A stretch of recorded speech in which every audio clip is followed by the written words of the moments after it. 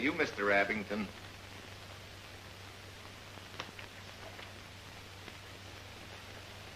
Yes.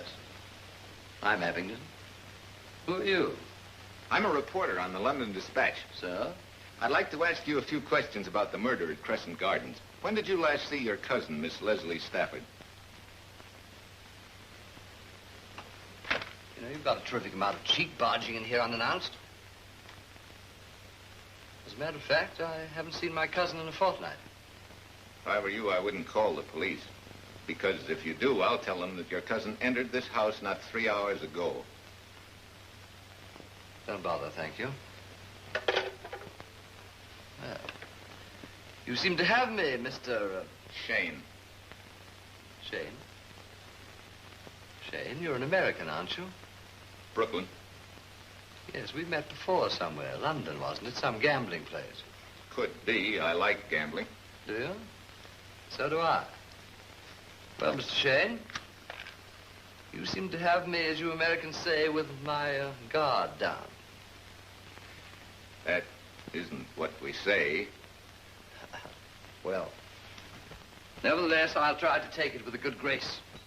Perhaps you'd like to try some of our Highland Bell now that you're in this part of the country. I never touch this stuff when I'm on an assignment. You're a wise man, Mr. Shane. Personally, I've never touched a drop of the stuff in my life. As I was saying, you're a wise man, Mr. Shane, and I'm sure that we can come to some kind of an agreement. What kind of an agreement?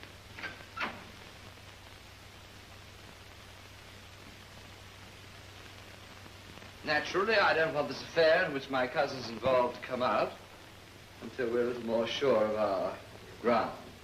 If you're offering me a bribe, the answer is no. That's what I like about Americans. They're always so direct. I wouldn't have called your approach exactly subtle. No? Or perhaps I've lost my touch. Living in the country like this, one's apt to rusticate. But we'll see eye to eye before we're through. How long do those fellas sit there like that? I beg your pardon? Oh, the dogs. Until I give the signal.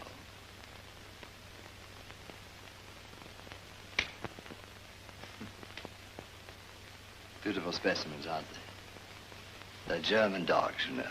Fine example of careful crossbreeding without an alien strain. Oh, German. You know, for all their faults, the Germans understand the value of biology. And the lessons taught us by evolution. Well, personally, I think a little strain of mongrel mixed with the best dog on earth gives greater stamina and a stronger bite. Well, of course, being an American, such a philosophy coming from you is not entirely surprising.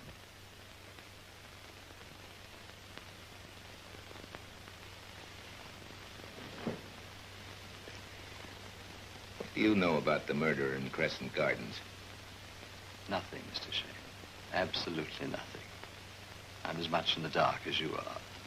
You think your cousin killed him?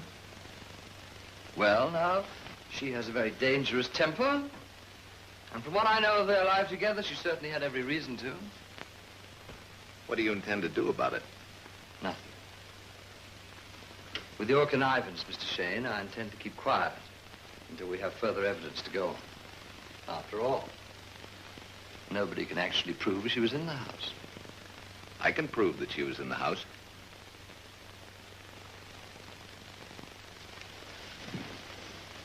Can you? How? Because I was there. Indeed. You're a very enterprising reporter, Mr. Shane.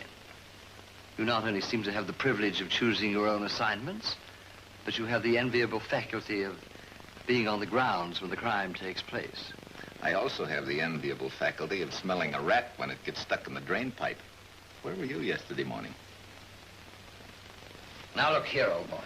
I've been very patient with you, but my patience is coming to an end. Now you look here. You haven't answered my question. Where were you? I was right here in this house going about my business. Can you prove it? I can prove it by a dozen people if necessary.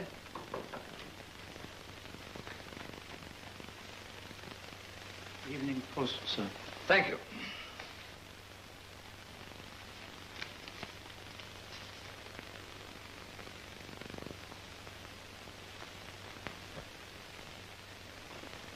I don't think it'll be necessary. You see, you may or may not be a reporter, Mr. Shane, but I'm practically certain you're not a police inspector.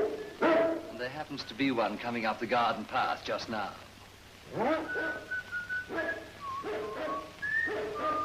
Scotland Yard rang me today and asked me to keep a lookout for my cousin. So I sent for the local police officer to take her away. I see no reason why he shouldn't take you away at the same time. Inspector. Yes? Come this way. Right. I've been waiting for you. Sorry I wasn't in when you called, old man. That's all Well, right. what's it all about? Anything exciting? Oh, I beg your pardon.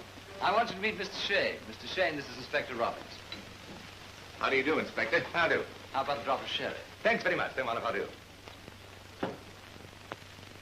Haven't I seen you somewhere before? And quite recently, too.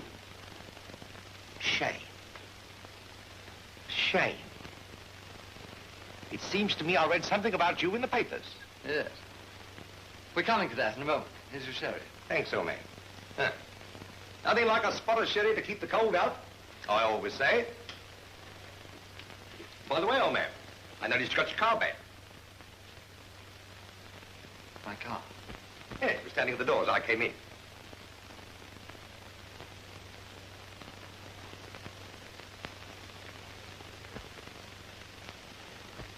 Oh, yes. I noticed it as I came in, too. You know, Inspector, I'm very interested in automobiles. In fact, I used to be a mechanic. Oh, did you? Nice business, especially now. No thanks, bad habit. I was particularly interested in the fittings. There seems to be an unusual combination between the lighter and the dash. Is there really? I didn't notice it. Ah, it's a beautiful car, old man. They would have been ashamed to lose it. Yes. Well, what are you going to tell me about Mr. Shane? Oh, he's here on a lecture tour. Something about democracy in the New World. Perhaps you've read about it in the papers. By Jove, that's it, and I'm glad to hear it. I've always been a friend of progress myself. Well, Inspector, as a friend of progress, I'm sure you'll be interested in hearing something I have to tell you. Indeed. And what might that be, Mr. Shane?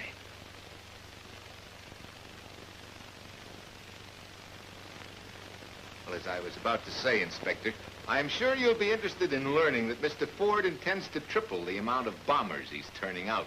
You don't say. Now, isn't that amazing? Well, well, well. But I must be popping along. What was it you wanted to see me about? Oh, just to let you know the car was back and thank you for whatever efforts you made. Oh, I was rather hoping it was something more exciting than that. Do you mind? We don't get much excitement in these parts, do we? Not much. Well, Inspector, you just keep pitching. Something's liable to pop any moment. You really think so? Well, I hope you're right. One's liable to get rusty, you know, sitting around, just twiddling one's thumbs, as one might say, years ago. So long. Now listen to me, Mr. Shane. I've no intention of letting you barge in here upsetting all my plans. Evidently you have some connection with my cousin. If you agree to leave here now and say nothing about this affair, I'll give you enough money to get out of the company. And if you persist in meddling in affairs that are no concern of yours, I'll have you up on murder charges in collaboration with my cousin. Where do you get off in this affair? Where's Miss Stafford now? That's none of your business. Then I'll make it my business. Boys?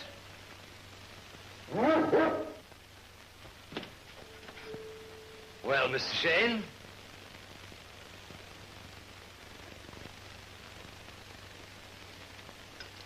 They sure are wonderful dogs. I'm glad you appreciate them.